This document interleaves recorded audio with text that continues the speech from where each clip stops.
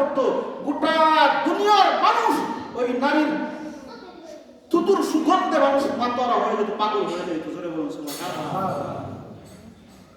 আল্লাহ বলেন শেষ দশকের যে একটা লটারি মাল্লা ব্যবস্থা, এই লটারি যে বান্দা পাবে ও কামিয়াব। ও নবীজি বলেন এই লটারি পাওয়ার জন্য নবীজি কিন্তু এই লটারি পাওয়ার জন্য সারা জীবন চেষ্টা করছে। বলুন সুবহানাল্লাহ।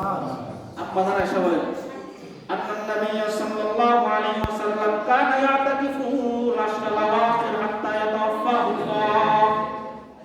আম্মা জান আয়েশা বলেন নবীর স্ত্রী বলেন আল্লাহর নবী এই লটারি পাওয়ার জন্য, এই শবে কদরের রাত্রি পাওয়ার জন্য, কে যারা আগে কিছু গুনাহ নাই, গুনাহ সেই নবীও এই শবে কদরের লটারি পাওয়ার জন্য শেষ দশকে, রমজানের শেষ দশকে সারা জীবন 10 দিনে ইতিকাফ করতে বলেন সুবহানাল্লাহ। এটা নবীজির সারা জীবনে আমল। নবী বলেন আম্মা জান আয়েশা বলেন আন্নান নবী সাল্লাল্লাহু আলাইহি ওয়াসাল্লাম ইয়াতাকিফু আশরাল আওয়াখির, নবীজি শেষ দশকে ইতিকাফ করতেন। কতদিন? 2 বছর, 3 বছর, 4 বছর না, হাত্তা ইয়াতাওয়াফাহু আল্লাহ, আল্লাহ তাআলা তাকে মৃত্যু দেওয়ার আগ পর্যন্ত, মৃত্যু দেওয়ার নবীজি ইন্তেকালের আগ পর্যন্ত এই শবে কদরের মতো বরকতপূর্ণ রজনী পাওয়ার জন্য কি করছেন? ইতিকাফ। কারণ ইতিকাফ যে করবে 100% নবীজি বলেন সে শবে কদর পাবে। জোরে বলুন সুবহানাল্লাহ। আর শবে কদর পাইলে তার কমপক্ষে 1000 মাসের চাইতে বেশি সওয়াব আল্লাহর আমলনামায়। এটা মুখ্য উদ্দেশ্য নয়, এক শবে কদরকে কেন্দ্র করে আল্লাহ আমার জীবনের সব গুনাহ মাফ করে আল্লাহ আমাকে আপনাকে জান্নাত নসিব করে দিবে। জোরে বলুন সুবহানাল্লাহ। যেই নবীর আগে পিছে কোনো গুনাহ নাই, গুনাহ আমি আপনি মনে করেন যে কত সময় যাই না বিয়ে করতে বেড়াইতে যাই, 3 দিনের কথা কয়, কয়দিনের কথা কয়,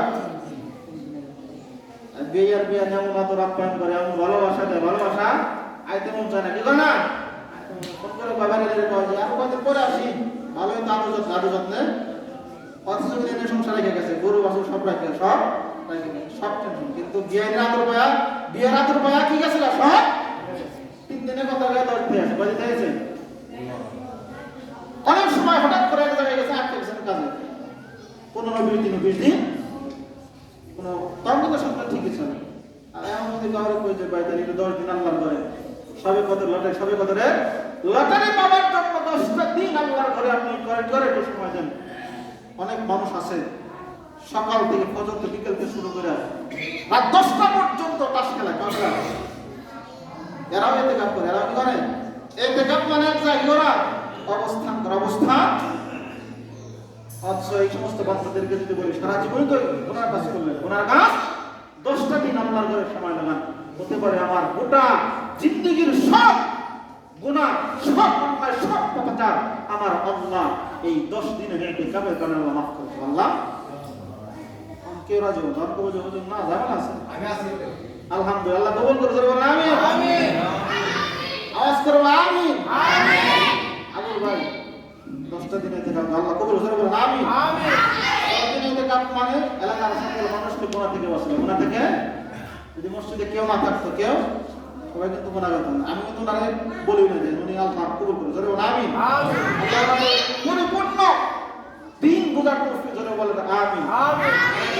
আলহামদুলিল্লাহ। রাজন আছে আমাদের আমির সাহেব, আমাদের শাহজামান সাহেব, উনিও আমাদের মসজিদে ইতিকাফ করবেন। এই বছর আমরা আলহামদুলিল্লাহ 2 জন ভাই আল্লাহ কবুল করে জোরে বলেন আমিন, আমিন। বলতেছিলাম আল্লাহ ওনার ইতিকাফের কারণে আল্লাহ ওনার পুরো জিন্দেগীর গুনাহ মাফ করে জোরে বলেন আমিন, ওনার কারণে আল্লাহ আমাদেরকে এলাকাবাসীকে আল্লাহ গুনাহ থেকে বাঁচাইলো, এই জন্য ওনাকে যায় দাদা খায়ের আল্লাহ দান করে জোরে বলেন আমিন, আমিন। আল্লাহ শুধু ভাই আমাদের